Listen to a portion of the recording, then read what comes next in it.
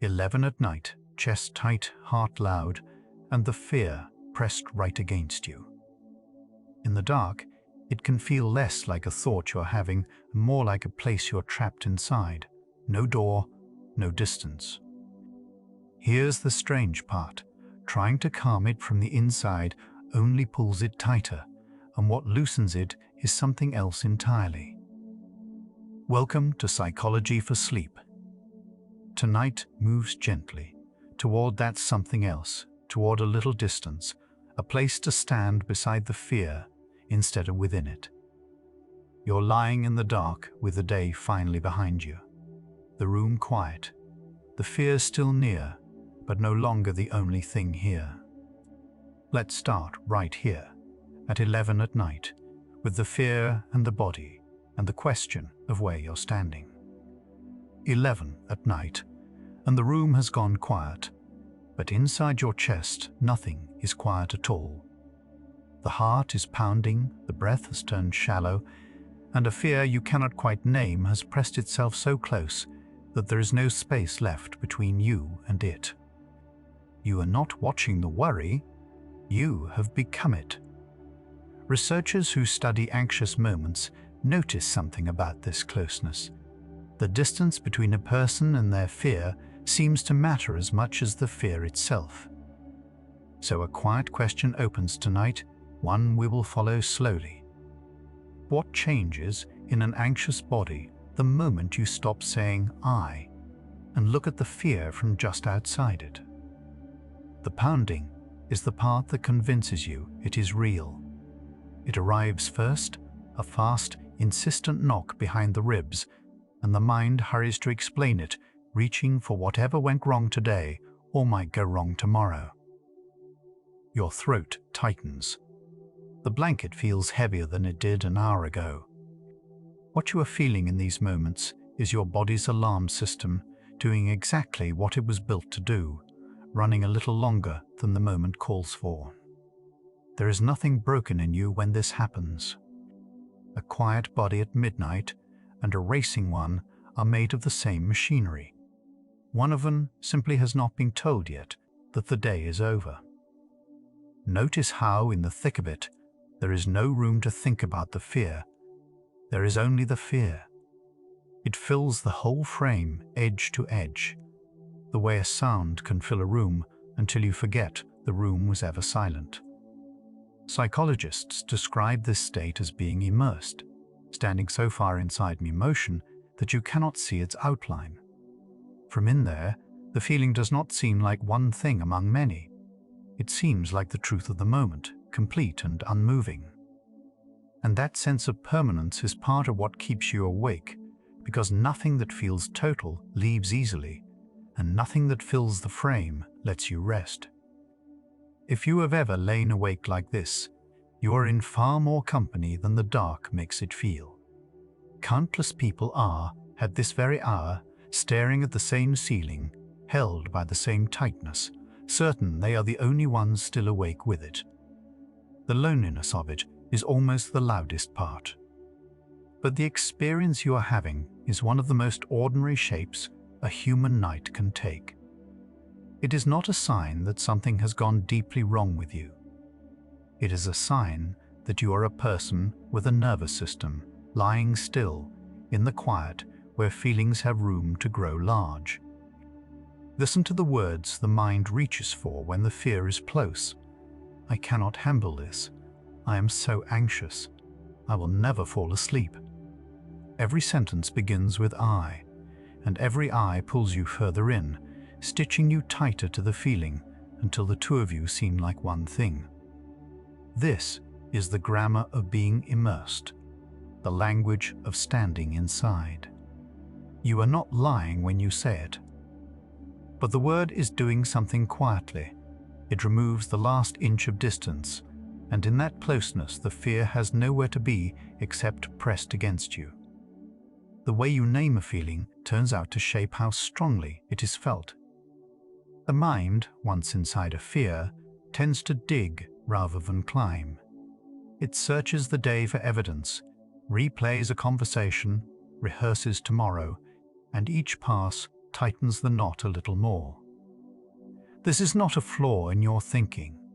It is what a system does when it believes there is a problem right in front of it, one it treats as something to settle before rest is allowed. The trouble is that at this hour, there is rarely a problem to settle, only a feeling to sit with. And a feeling met with more searching tends to grow, the way a small sound grows when you strain to hear it. The harder you look from inside, the larger the inside becomes. Somewhere under all the thinking, the body is still listening to your posture toward the fear. As long as you are pressed against it, treating it as an emergency that has your full attention, the alarm stays switched on. The heart keeps its quick rhythm. The muscles hold their readiness. Your body is not being difficult. It is being loyal, matching its state to the story you are telling it about how close the danger is. This is why simply arguing with the fear rarely settles anything. You can win the argument and still feel the pounding, because the body is not tracking your logic. It is tracking where you are standing in relation to what frightens you. Ask why the same worry that felt manageable at noon can feel enormous at 11 at night. One possible reason, and researchers offer it gently rather than as a settled fact, is that daylight comes crowded with distractions, tasks, faces, errands, small demands that keep the mind occupied and the feelings at arm's length.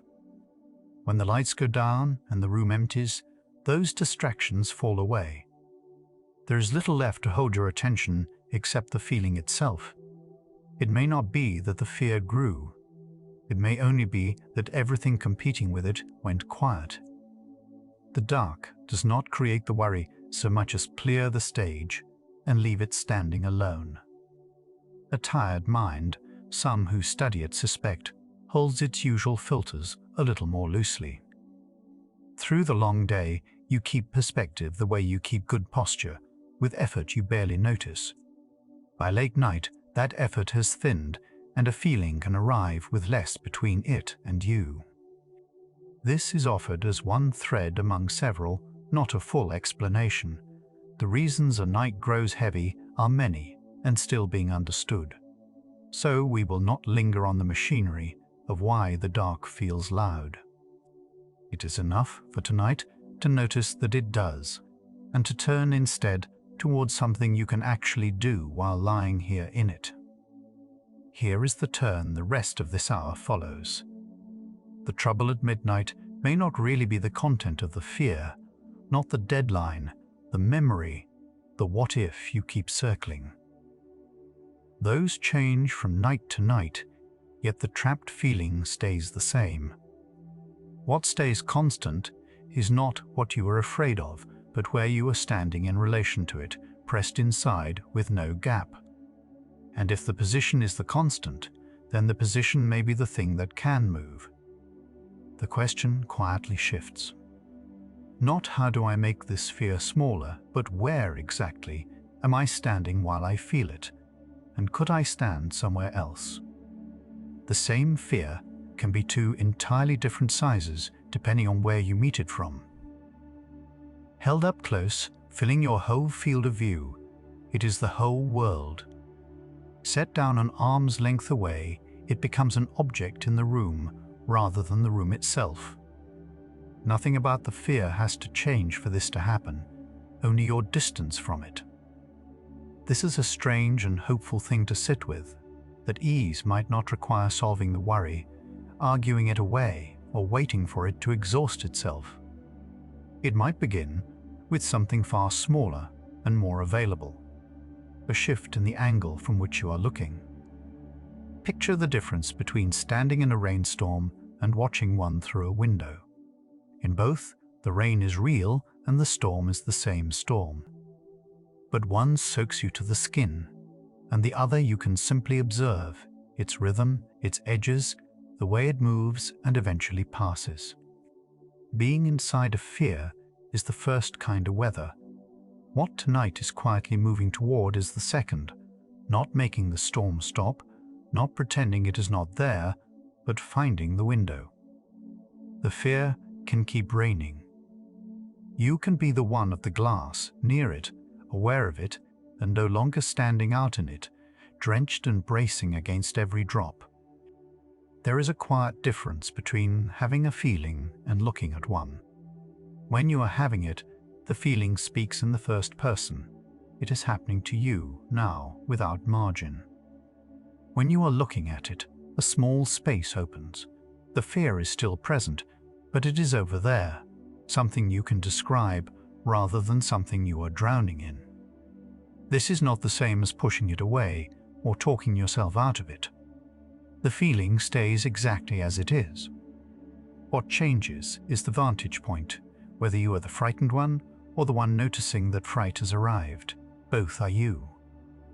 But they feel quite different from the inside. Two people can carry the very same worry and feel it at completely different volumes, and often the difference is not courage or willpower. It is nearness. One is fused with the fear, speaking as it, moved entirely by it. The other has stepped back half a pace and can feel the fear without being swept off their feet by it. The worry itself, the raw content, may be identical. Yet from the outside position it is workable, and from the inside position it is overwhelming.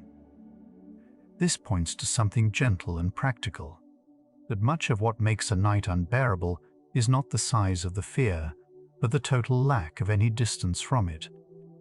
From inside a feeling, everything wears the color of that feeling. The past looks like a record of the same fear. The future looks like more of it. Even your own body seems to confirm it, pounding along in agreement. This is what psychologists mean when they say an immersed emotion feels total. It does not present itself as one passing state, but as the shape of reality itself. That is not a failure of your perception. It is simply what closeness does. Anything held against the eye blocks out everything else. And it is worth knowing, on a night like this, that the totality you feel is partly a trick of distance, not the final word on how things are. Step back even slightly, and the fear stops being your whole horizon and becomes something you are near. The heart may still be quick, the chest may still be tight, but now there is a you that is aware of the tightness, distinct from the tightness itself. That small separation is the beginning of ease, not because the fear vanishes, but because you are no longer the only thing it can happen to. From this angle, the same sensations become information rather than emergency. You can feel the pounding and, at the same time, know that you are the one feeling it. That knowing is the gap. And the gap, however thin, is where rest can finally slip back in. This is not about watching your thoughts drift by like scenery. It is something more bodily than that. The thing you are learning to step beside is the feeling itself, the actual heat of the fear, the grip in the chest, the quick pulse in the throat. Thoughts can be slippery to observe, but a sensation has a location and an edge. You can turn toward the pounding the way you might turn toward a sound, noticing where it lives in the body and how it behaves. Meeting the fear at the level of the body, rather than chasing every thought it produces, gives you something solid to stand a little apart from, real, present, and far more within reach. A small move becomes possible once you see that distance is the variable. You are not required to defeat the fear or understand its every route before rest can come.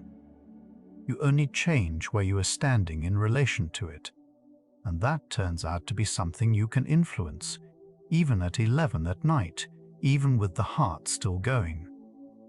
The coming stretch of this hour is about exactly that move, a way of speaking to your own fear that gently loosens you from it, without force, without pretending. For now, it is enough to know the door exists. The way out of the middle of a feeling is not always through it. Sometimes it is simply beside it. One word, more than any other, keeps you pinned inside, the word I. Said over and over, I am afraid, I cannot, I will not sleep. It presses you flush against the feeling until there is no seam between you and it. This is not a word to be ashamed of. It is the most natural word in the language. But it is worth noticing how it works, because if a single word can hold you inside, then a change in words might help you step outside. That possibility is where tonight is heading, not towards silencing the fear, but toward addressing it from a slightly different place. We will come to the how of it soon, and gently. Nothing here asks the fear to leave before you can rest. That is the quiet mercy of stepping back rather than fighting. You are not trying to win, so there is no battle to lose. The fear can stay in the room all night if it likes. You are only changing where you sit relative to it, near the window instead of out in the rain. Many people find that the moment they stop struggling to make a feeling disappear, some of its urgency loosens on its own, the way a knot eases when you stop pulling both ends. There is no forcing calm here. It is enough to stop insisting that the fear be gone before you are allowed to lie still. If the nights like this have been many, and the fear sits heavy for long stretches of your days as well, it is worth saying plainly, a gentle way of relating to feelings is a support, not a substitute for care. Persistent, weighing anxiety and long-running sleeplessness are things a trained mental health professional can help with, and reaching for that help is a kind of self-respect, never a failure. Nothing offered tonight is a cure, and it is not meant to be. It is a small, well-studied practice that many people find useful for softening a hard hour. Think of it as one gentle tool among others, something to hold lightly, alongside whatever other care you may need. Researchers who study how we talk to ourselves have found across a number of careful experiments that the angle we take toward a feeling can quietly lower how strongly it lands.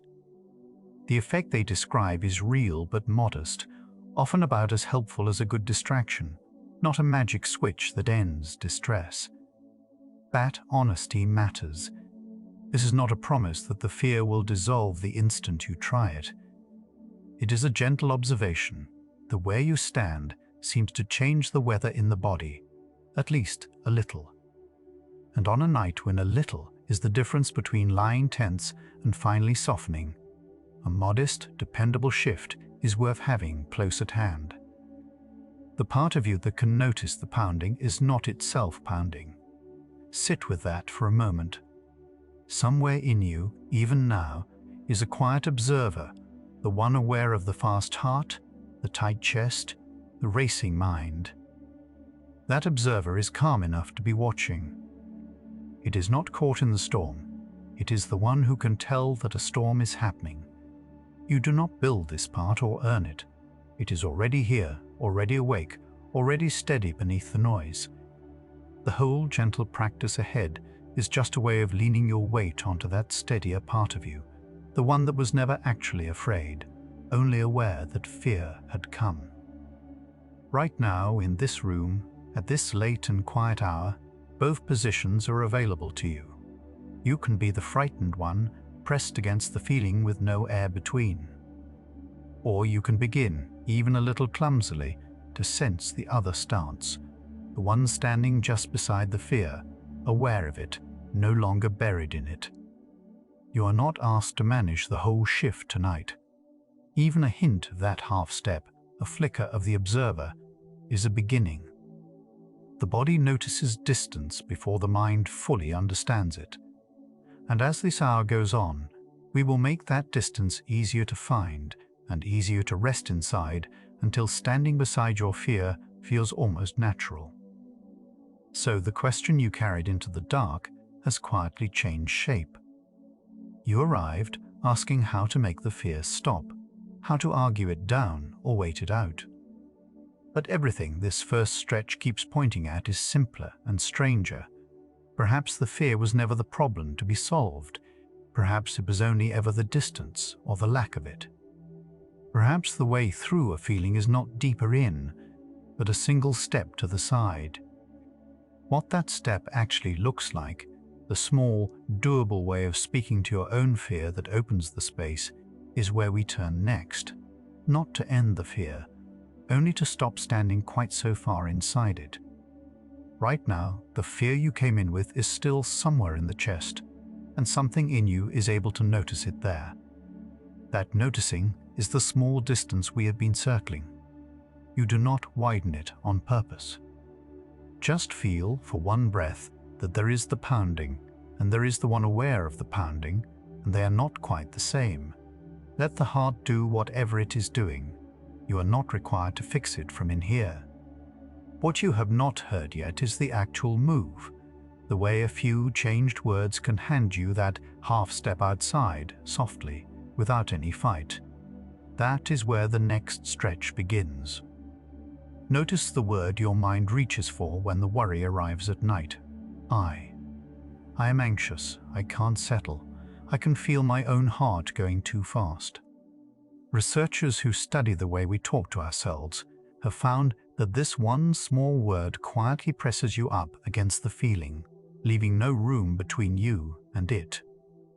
When you narrate your own fear in the first person, language folds you inside the experience.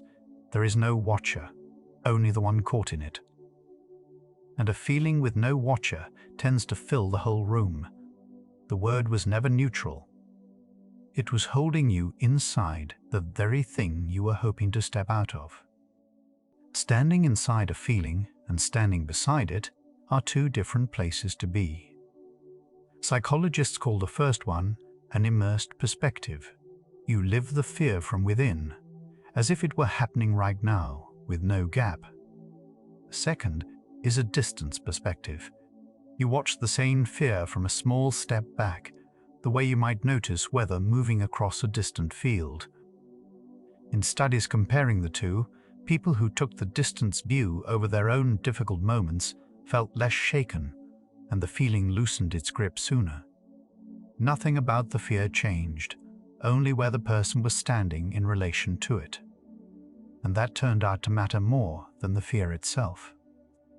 The swap itself is almost too small to trust. Instead of, I am frightened, you say your own name. Anna is frightened right now. Instead of, I can't calm my heart, you say, Anna's heart is racing, and it will slow. There's an old word for talking about yourself this way, by name, as if narrating someone else, Ilism. You can drop the word and keep only the move. Say your fear in the third person, quietly, the way a kind friend might describe what they see happening to you. The sentence barely changes. What changes is who seems to be speaking and who is being spoken about. One changed word does something. The rest of the sentence cannot. When you hear your own name, the brain tends to handle it a little like information about another person, someone over there, not the self pressed flat against the feeling. That small shift in framing is enough to open a gap. In that gap, you become the one describing the fear rather than the one submerged in it. The heart may still be pounding, the chest may still be tight, but now there is a describer and a described, two things where a moment ago there was only one. Distance, it turns out, can be made from a single word. This is not about watching your thoughts drift by, and it isn't about arguing them into something quieter. The thing you turn toward is the feeling itself, the physical fact of it, the racing heart, the tightness under the ribs, the heat in the face, the shallow breath. You name that in the third person as a sensation happening in a body. His chest is tight, her breathing is quick and shallow. You aren't observing ideas. You're observing the weather of the body from a step outside it. That distinction is the whole move. The fear lives in the body first, and that is exactly where you can meet it. A psychologist named Ethan Kross ran a series of studies on exactly this small shift. People who refer to themselves by name or as you rather than I while facing something stressful, reported less anxiety, both while it was happening and afterward as they turned it over in their minds. What stood out was how little effort it took. They weren't talked out of the feeling or made to reason with it. The pronoun did quiet work on its own. Many people find this the gentlest part. You're not fighting the fear, only changing the grammar you meet it with. A feeling never loses an argument in order to loosen. Picture stepping back half a step from something held close to your face. It doesn't vanish, you simply see more of the room around it. The distance perspective works something like that on the inside. The fear is still present. You're not pretending it left, but you're beside it now instead of inside it. From beside a thing, you can describe it, its shape, its weight, where it sits in the body. From inside a thing, all you can do is be it. Many who try this at night say the fear felt about the same size, and yet somehow more bearable, once there was even a hand's width of space around it. Say it softly under your breath and hear how it lands differently. His chest is tight. Her heart is pounding. The breath is coming quick and shallow. These are the same sensations you would otherwise carry as, I can't breathe, I can't slow down, but described from the outside as a witness would. Research on emotional distance suggests that this kind of third-person description tends to lower the intensity of the feeling being described without any attempt to change it directly. You aren't ordering the heart to slow. You're simply reporting what it's doing, the way you gently narrate what's happening to a friend lying beside you. In a lab, with soft electrodes resting on the scalp, researchers watched what happens in the brain during this exact swap. When people described upsetting images or memories in the third person, a marker of emotional intensity, a brainwave response called the late positive potential, dropped, and it dropped quickly, almost as fast as the feeling itself arrived. What the same study found matters just as much. This quieting didn't draw on the effortful, controlling parts of the brain. It wasn't the mind straining to hold itself together. The distance came cheaply without strain, which may be why, lying in the dark with little energy left, it can still be reached for.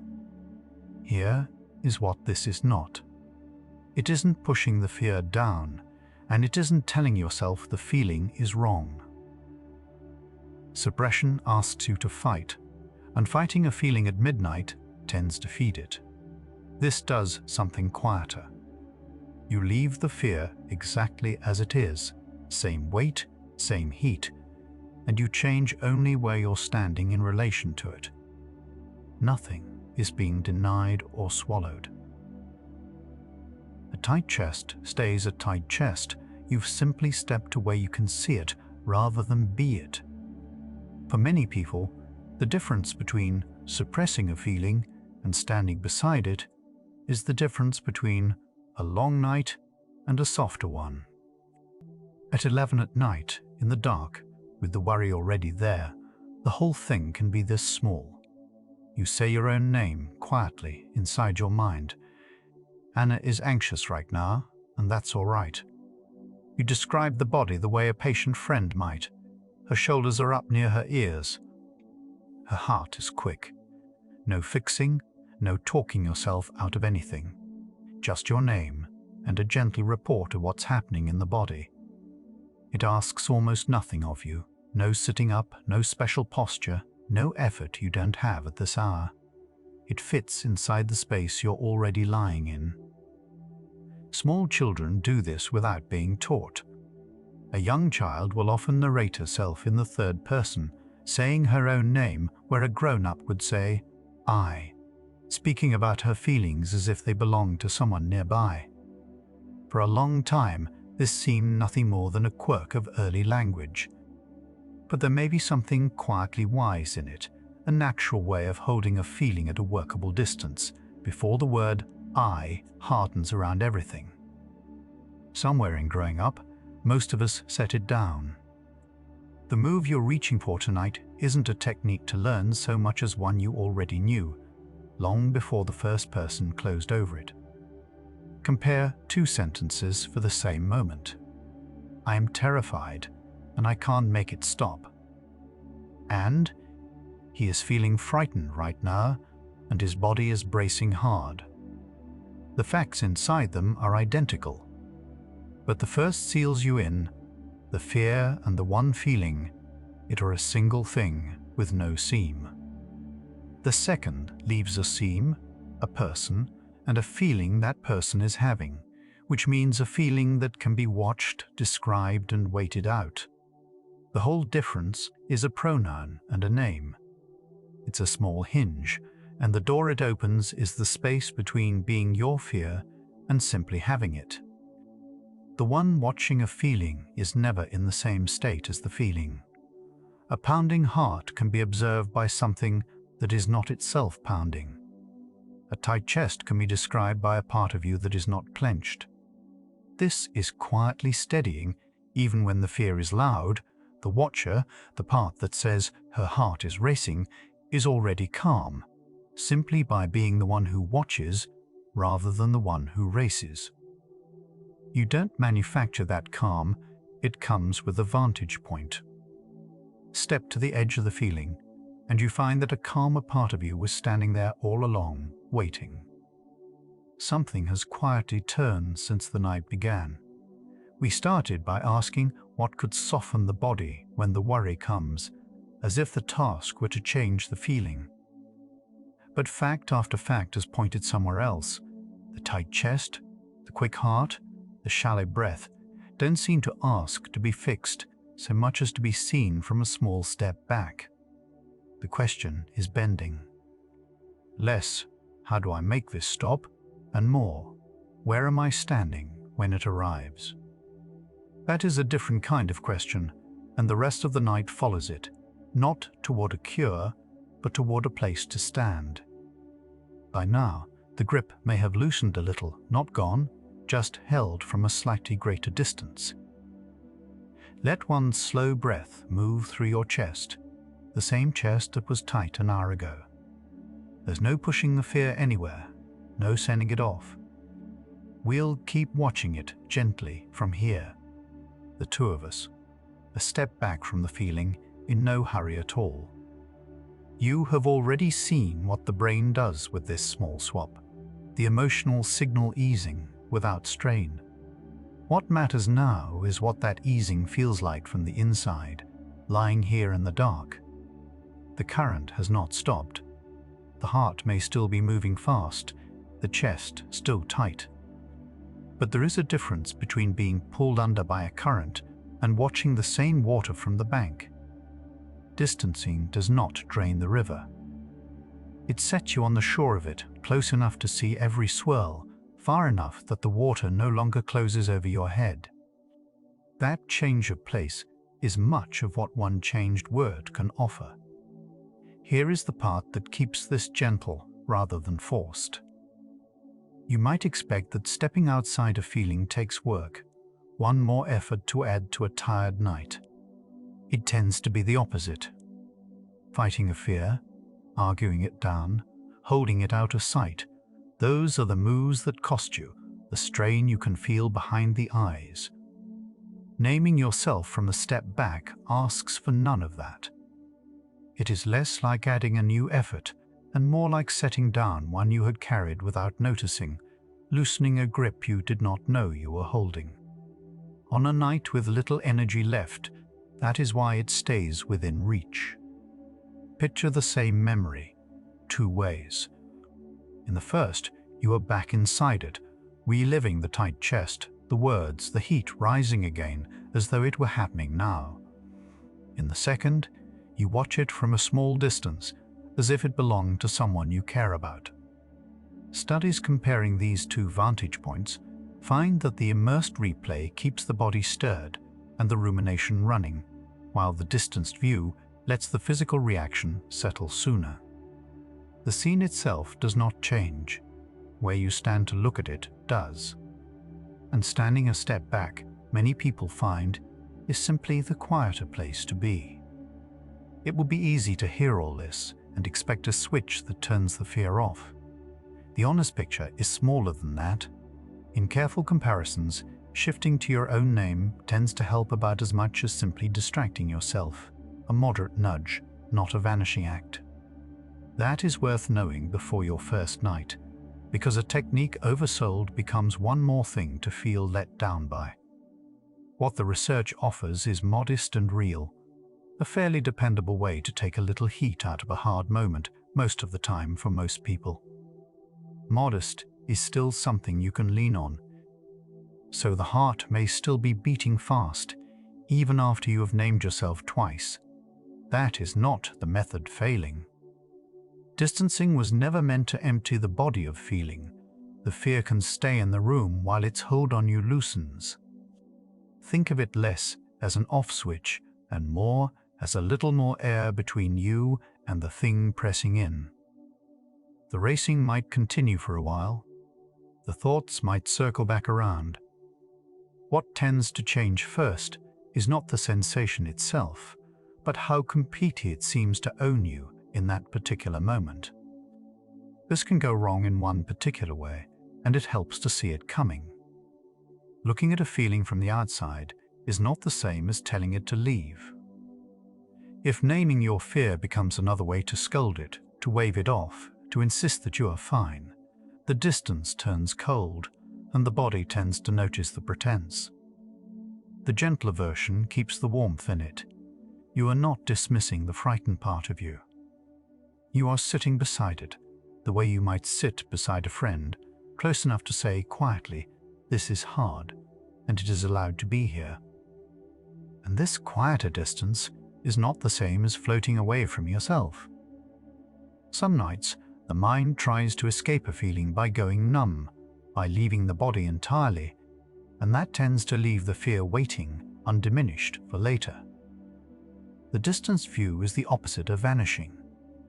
You are still here, still breathing in this bed, still aware of the tight chest. You have only moved from being the fear to being the one who notices it. Present, not absent. Close, not merged. It is a small change of seat in the same room, not a door out of it. Notice what has quietly moved across these last few minutes. Nothing here promised to erase the fear, slow the heart on command, or hand you a calm produced out of nothing. What shifts is smaller and steadier, your position relative to the feeling. Inside it, you and the fear are one pressed together thing with no seam. A step outside and a seam appears, a thin line between the one who is afraid and the one who can watch the fear move.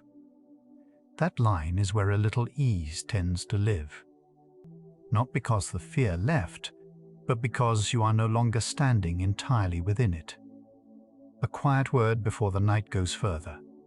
Naming yourself, watching a fear from the outside, these are supports for an ordinary hard evening, ways to help your own body settle. They are not a treatment, and they are not a replacement for one. If the fear at night has grown heavy and stayed that way for weeks, or if it keeps pulling sleep out of reach, night after night, that is worth bringing to a doctor or a mental health professional. Reaching for that kind of help is not a failure at any of this. It is simply the right-sized tool for a larger load. So the question we started with has quietly turned. We began by asking how to make the fear at night stop, how to shut off the racing and the tight chest. Somewhere in the last stretch it became a different question. Not how to end the feeling, but where to stand while it moves through you. The body, it seems, does not cool because you order it to. It cools a little when you stop being pressed flat against the fear and step back far enough to watch it. What the rest of tonight follows is how a person actually does that, on this bed, in the dark, with nothing but their own quiet voice. What just turned, the move from trying to end the fear to simply changing where you stand near it, is not only an idea to hold. Your body may be carrying both sides right now, the racing that has not fully settled, and a small, new distance from it. Let both be here. Nothing asks you to close the space between them. The frightened feeling can stay exactly where it is, and you can be the one a step back from it, watching without leaning in. Not fixing it, not arguing with it, just keeping it gentle company. Underneath all of it, your breath goes on by itself, slow and unbothered. Rest your attention there.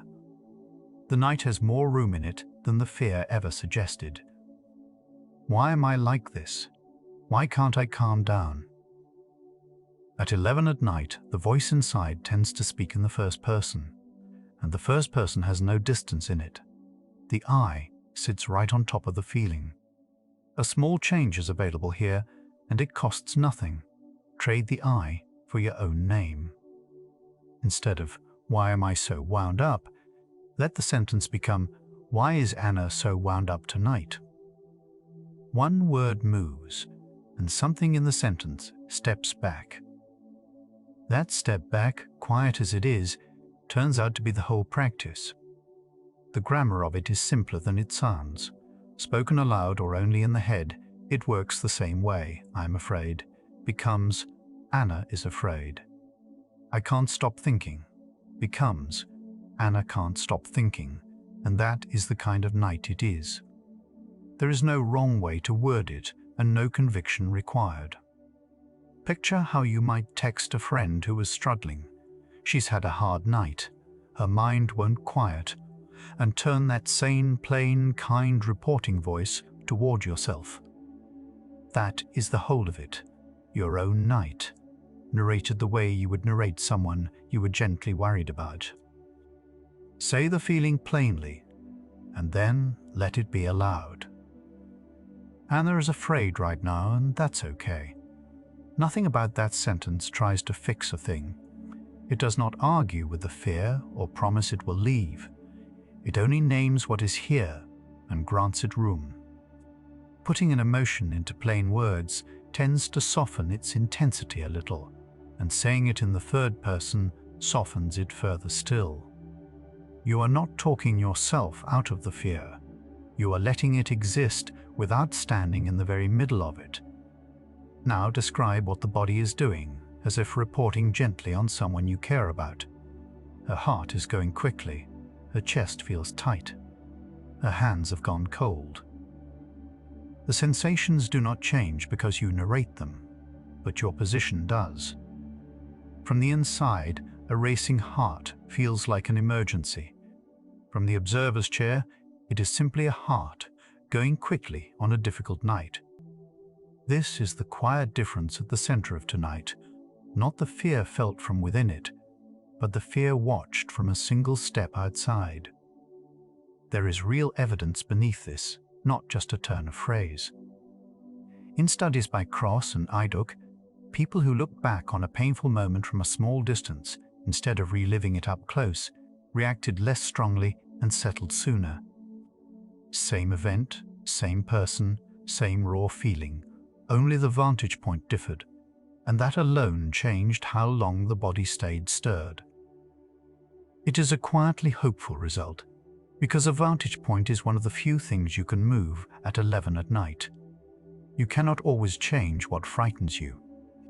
You can, a little, change where you stand to look at it. A gentle worry sometimes arrives here. Is this only pushing the feeling down? It is not. When Moser and his colleagues watched the brain during third-person self-talk, the signal of emotional intensity dropped, and it dropped without the extra effort the brain spends to clamp a feeling shut. Suppression is expensive, and it tends to rebound. This is lighter. You are not holding a door closed against the fear. You are opening a window beside it and stepping over to look through the glass. Nothing is being forced. Something is only being seen. Consider what usually happens when the aim is to make the fear leave. You push, and it pushes back. You argue, and it finds new words. You try to think your way out, and the thinking is made of the same fear.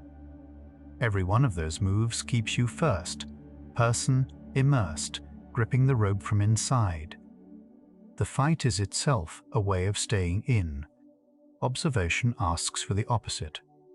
Rather than trying to end the feeling, you turn to face it from a small distance, and the grip loosens on its own because no one is pulling anymore.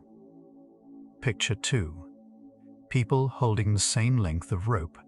One pulls against it with everything they have, the other simply opens their hands and lets it lie there. The rope has gone nowhere, but the strain is completely different. Fighting the fear is the first grip, watching it is the open hand. This is not surrender, and it is not giving up on rest. It is choosing to stop spending energy on a struggle that only pulls the knot tighter. From the open hand, the body finally has nothing left to brace against, and bracing was half the exhaustion. Here is a piece that changes everything, quietly. The fear can remain exactly where it is, and this still helps. Observing does not evict the feeling, it changes your relationship to it. You can lie in the dark with a fear still present in your chest and no longer be locked inside it, because there is now a small space between the one who watches and the thing being watched. That space is where rest quietly lives. The fear can stay the whole night through and still not run the whole night. Add one more gentle thing and let it move slowly, the breath. As you narrate from outside, Anna is afraid and Anna is breathing. Let the out-breath grow a little longer than the in-breath without straining after it. The words give the mind somewhere to stand. The breath gives the body a slower rhythm to follow. They work together with no effort, two quiet currents drifting the same direction. You are not performing a method. You are describing yourself kindly while breathing a little more slowly and letting that be plenty for now. The body cools on its own clock, never on command. A racing heart does not drop the instant you name it. A tight chest loosens in its own slow minutes. This is worth knowing beforehand, so the slowness does not read as failure. You are not waiting for a switch to flip. You are keeping company with a nervous system that is finding its way down at the only speed it has. Some of the ease arrives while you are still awake, and some of it arrives only later, after you have stopped noticing you were waiting at all. Like anything practiced gently, this grows more familiar with repetition. The first few nights, stepping outside the fear may feel awkward, even unconvincing. The mind is used to living inside its own sentences. Over time, the move becomes easier to find, and the distance opens a little faster. Some nights it cools the body noticeably.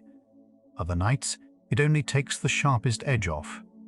And even that is something. You are not building a flawless skill.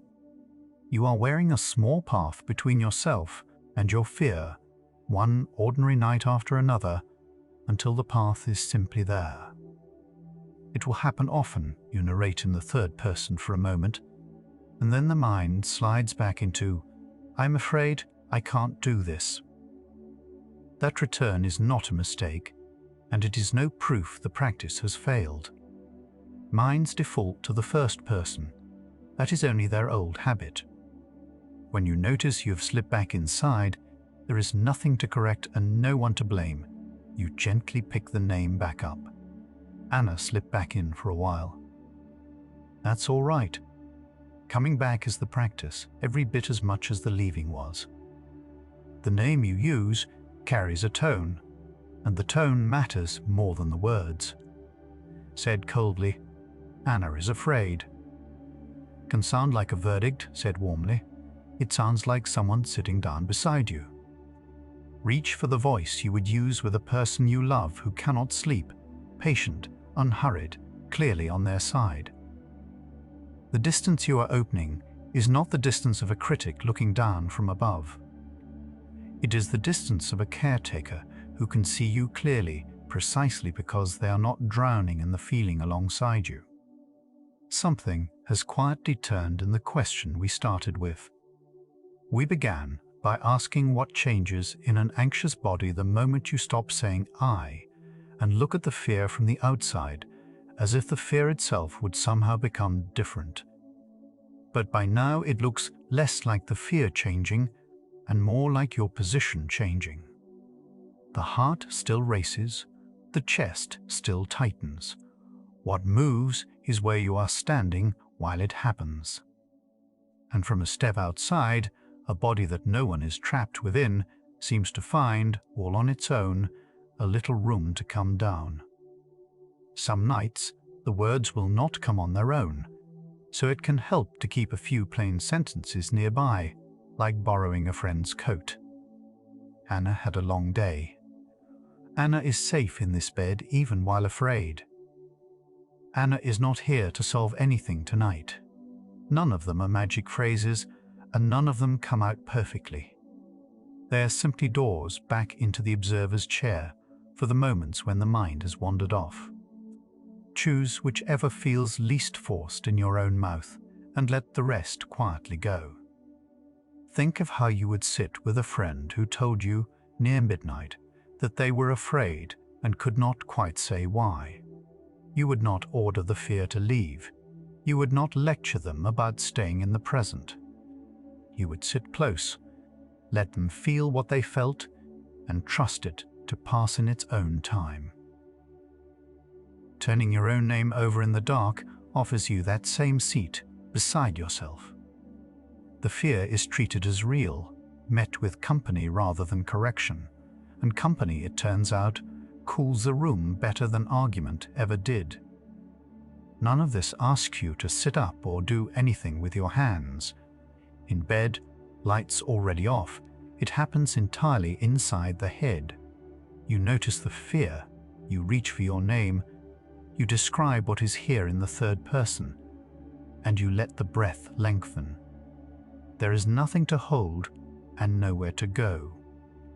If a phone is nearby, it can stay face down. This asks for no screen, no app, no counting.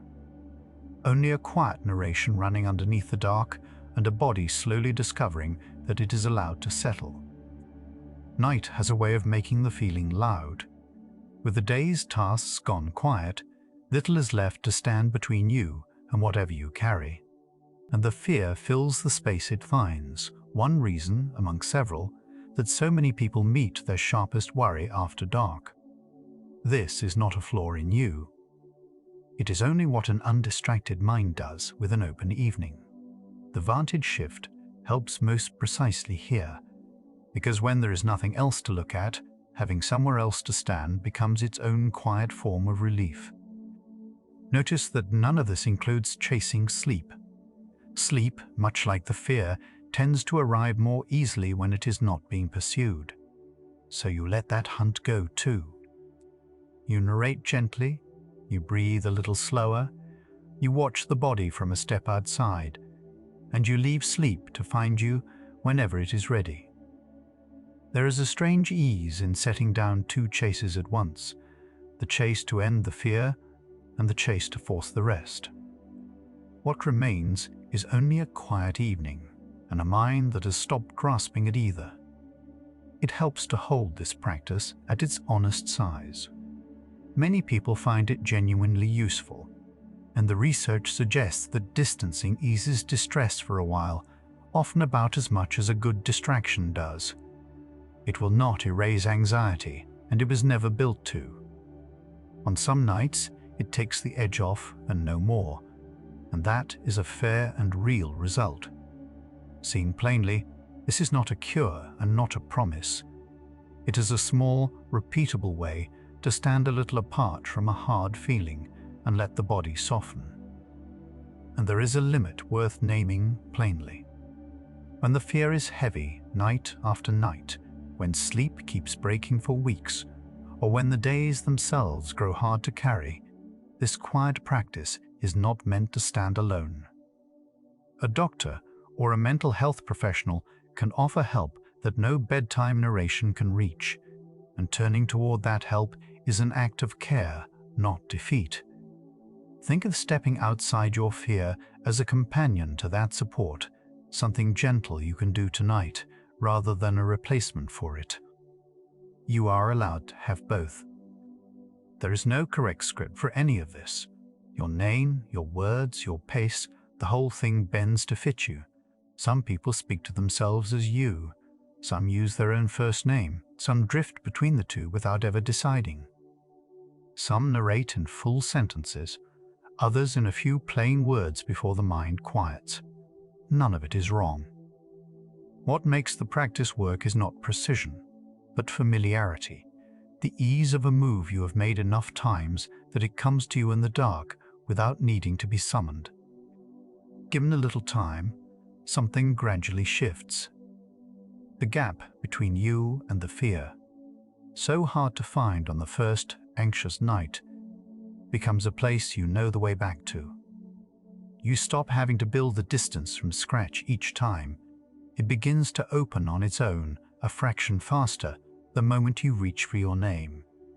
The fear may visit just as often as before, but the space beside it, once strange and far away, turns into familiar ground, a step you can take almost without thinking on the hardest nights most of all.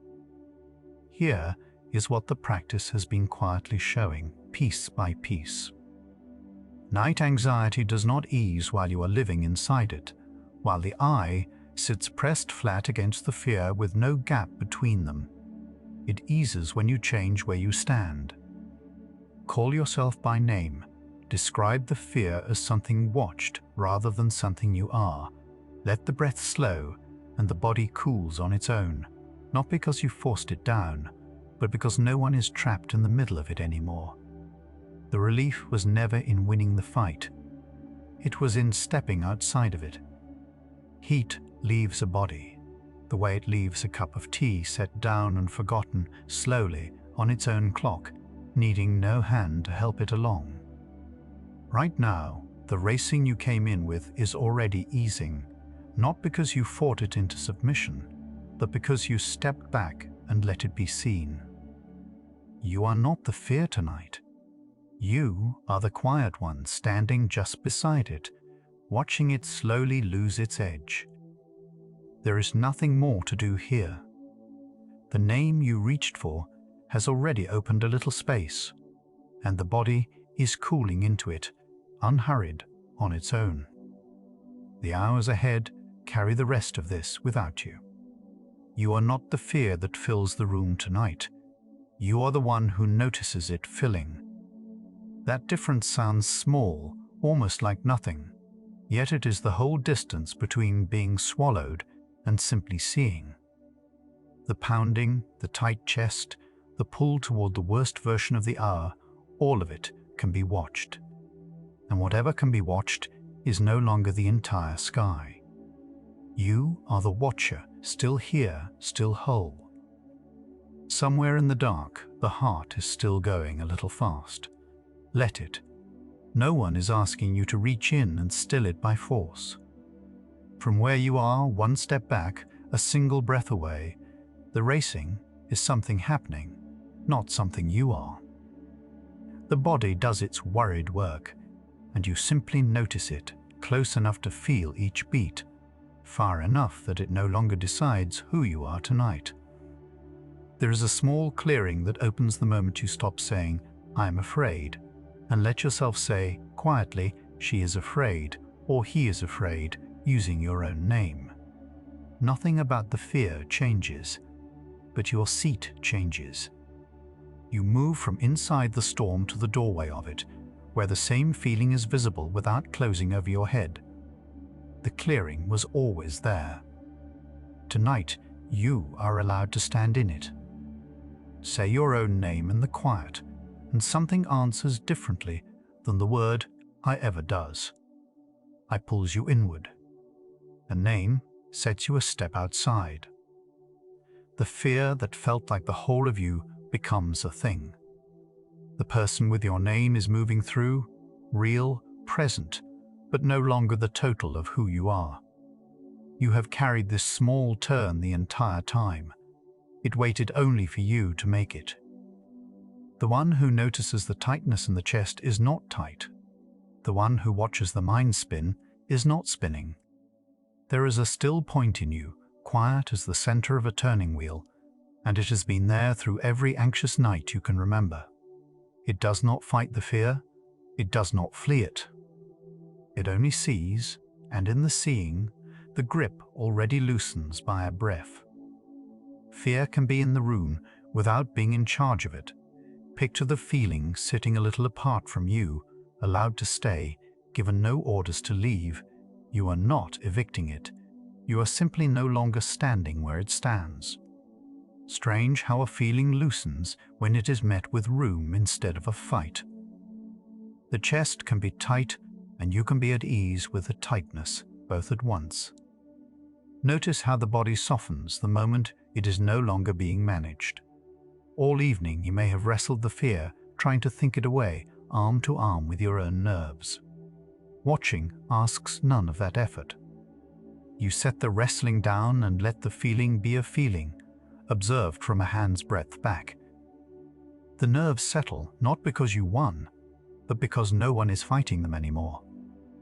Quiet comes through the open door of not fighting. A body can hold a hard feeling and still be safe. That is the quiet permission tonight offers. The fear can still be here while you lie down and rest your full weight into the bed. You are the one holding the feeling, larger than it, able to set it on the nightstand like something you will look at again in the morning, if morning still wants it. For now, it can simply be held. Watching is not the same as pushing away. This is worth resting on. To observe the fear is not to deny it, not to pretend the chest is loose when it is tight. It is the opposite of pretending. It is turning toward the feeling with open eyes and finding you can bear to look. The one who can look at the fear is already steadier than the one drowning in it. Tonight, you get to be the one who looks. Tonight, the fear is allowed to be here. No part of this asks you to make it leave before you sleep. That may be the gentlest thing anyone has offered your anxious hours. You can rest without first winning. The feeling and the sleep can share the same room. You lie down as the watcher, and the watcher stays unharmed. The fear keeps to the wall, and you drift, and both are allowed. When you step back one pace inside your own mind, the whole night changes shape. What felt like a cell becomes a room again. Walls at a normal distance, air to breathe, a door. The fear that pressed against your skin now has an outline, and anything with an outline has an edge, and anything with an edge is not everywhere. You are here, and it is there, and the small space between the two is where rest begins. The watcher does nothing at all, and nothing is asked of it. That is its nature. It simply witnesses, without lifting a finger, without a plan. All night, the mind may have searched for the one move that would finally settle the feeling. The watcher makes no move. It rests in plain seeing, and the feeling, unopposed, begins to lose its heat, not because you managed it, but because you stopped feeding it your struggle. Something loosens when you stop trying to be rid of what you feel. It is a soft paradox. The fear held at arm's length, simply looked at, grows quieter than the fear you chase around the dark. You were never broken for feeling it. You were only standing too close. Tonight you take one step back, and from there the same old fear looks smaller, tired, almost ready to rest alongside you. You have been the observer all along, even on the nights it felt like there was no you left, only fear. But someone was there to call it fear. Someone noticed the racing heart and named it. That someone is you, steady beneath the storm, the quiet awareness that no feeling has ever managed to erase. It cannot be flooded. It can only watch the flood and wait and remain when the water goes down. The question was never how to make the fear leave. It was where you stand while it is here. All night, that has been quietly turning under everything, from a body trying to escape a feeling toward a self simply keeping the feeling company from a step away. The fear may not be smaller tonight, but you are no longer inside it. And that change of place is the whole of what the hours have been offering you. Let the night be a place you sit rather than a trap you are caught in.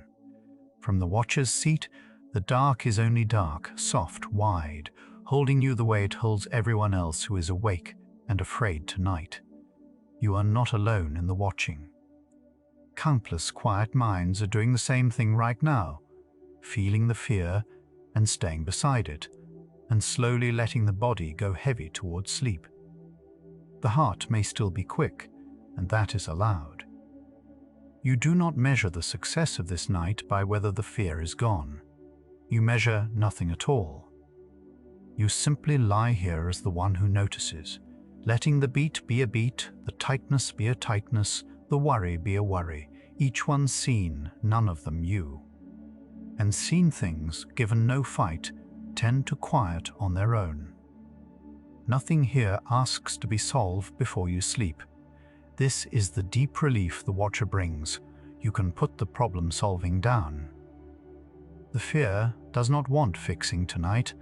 It wants only to be noticed, the way any part of you wants to be noticed, and then allowed to soften. You have done the noticing.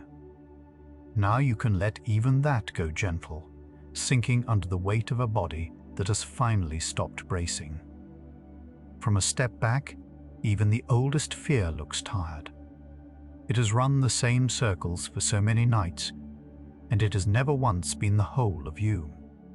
You see that now, from here, the way you might see a worn path and know it is only a path, not the field, not the sky, not the one standing at its edge. The fear can keep its path. You are the wider ground it runs across. You can be the quiet one who watches, and let that be enough. There is no further task tonight. The one who sees the fear has already done the whole of the work simply by seeing. Everything after this is rest, the slow settle of shoulders, the loosening of the jaw, the long exhale that arrives on its own when the mind stops standing guard. Be the watcher and let the watcher grow drowsy. The feeling rises, and you remain. That is the whole truth of the watcher. Waves come, waves go, and the one watching the water is never washed away. Let the fear crest if it wants to. You have seen it crest 1,000 nights, and you are still here, still breathing, still the steady thing beneath. Nothing it does tonight can reach the part of you that is doing the watching. Breath moves on its own now, slower than it was an hour ago. No effort of yours arranged it. This is what the watcher's stillness allows. The body, no longer braced against its own fear, returns to the rhythm it keeps when nothing is being fought. In and out, unhurried. You watch even this, the quiet machinery of your own settling, and you let it carry you down. A quiet space has opened between you and the fear, enough space to lie down in. For so long the two of you were pressed together with no gap, no air, no way to tell where the feeling ended and you began. Now there is a seam of distance, thin as breath, and it is enough. You rest in that scene tonight, the watcher and the watched, finally not the same thing. You are the one still here when everything else has quieted. The fear that felt endless is already thinning at the edges, the way all feelings do once they are simply allowed to be. Soon there will be only the dark and your slow breath and the soft awareness that watched over the whole anxious night and never left. Let that awareness close its eyes now. Even the watcher is allowed to sleep. You were never trapped inside the fear. You were always the one watching it, the quiet, unbroken presence that no anxious night could ever hold captive. The feeling was only ever passing through a room far larger than itself, a room that is you. And you, the watcher, are free to lie down now, to let the fear keep its corner, and to sleep whole, unharmed, and finally at a gentle distance from all of it. The fear you came in with is still somewhere in the room, and you are still here beside it, no longer tangled together, no longer one thing. The feeling was never you. It was only ever moving through you, the way a hard hour moves through a long life. Let your whole self loosen into the space you have found, the wide, watching stillness that fear passes across but cannot own. Rest there. That stillness has never once been harmed. It has only ever watched and waited and remained. The distance you found tonight was never a wall against feeling. It was a place to stand. All those nights you spent pressed against the fear with no room to breathe. The closeness itself was the weight, not the fear alone. That does not make the anxious hours less real. It makes them different. Different, because now there is somewhere to stand that the fear cannot reach, the quiet watcher underneath, the one who saw the racing heart and named it and stayed.